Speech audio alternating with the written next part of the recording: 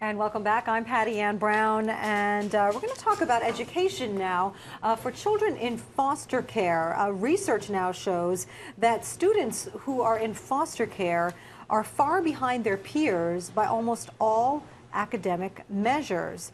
Despite this reality, there are supporters across the country proving that if you have good collaboration between everyone involved in this process, you can get better results. So joining us right now is Madison Sandoval-Lunn, who is with the Congressional Coalition on Adoption. Thank you so much for joining us live from D.C. today. Thank you for having me. So I guess the idea is that the children who end up in foster care are often there after having some kind of childhood trauma, emotional instability, and whatnot, and all of these factors impact on their ability to focus on academics. Very true, very true. That was very much the case in my situation. So are you yourself a foster care child? Yes, I am. I actually entered the foster care system at age 10. I was adopted at age 17 and a half. In my time in foster care, I actually went through 7 different schools. So the story about a foster child going through educational instability is very much true in my case. However, my first foster parents actually set me on the course to be an honor student, so I was placed in the gifted and talented education student program. I've been an honor student, AP student ever since. However, for my 2 younger brothers, they were actually placed in the special education system. Same family, different stories, placed in different homes. And it was a detriment to their academic success by being placed in the special education program. Many foster children oftentimes get misdiagnosed as being special ed. So what is your advice for changing this? Well, there are... Frederick Douglass once said, it is easier to strengthen children than to repair broken men. That goes to say that it is imperative that policymakers invest in the vulnerable subpopulation of foster youth. In our policy, the Congressional Coalition on Adoption Institute has a foster youth internship program every summer. This year we had 15 former foster youth from across the nation. We put together a recommendation booklet that we present to Congress. In that booklet you will find education policy recommendations. Some of them in regards to special education is to have an educational advocate for every child placed in the special education program, as well as to educate teachers, child welfare professionals as to the needs of what foster children have. So tomorrow there is an event known as the National Conversation. Explain what that's about. The National Town Hall will be a collaboration between researchers, former foster youth, policymakers from California, Illinois, and as well as Washington, D.C.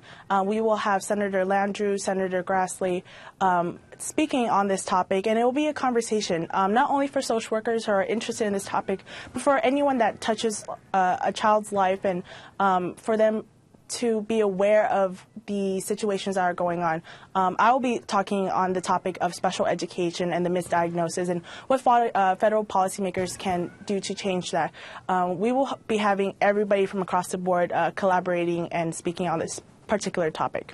So you mentioned your brothers being misdiagnosed as special ed. How are they doing now? Thank you for asking. Unfortunately, my brother was placed in the special education program for about 4 years.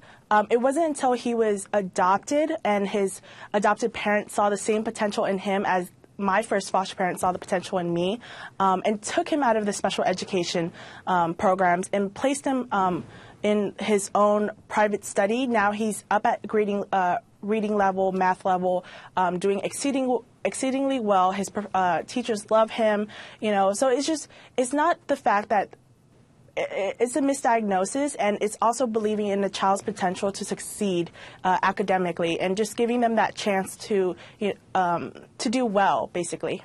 And it goes back to, I guess, having a parent or a foster parent, any kind of a parent who, as you said, believes in you. That's the most important thing, maybe. Yes, that I think having faith in a child does a lot more than one can think. I believe oftentimes foster children face a lot of things, being placed from home to home and then going from school to school. But just having that one faith that you could do well, you could carry that out, for the rest of your life.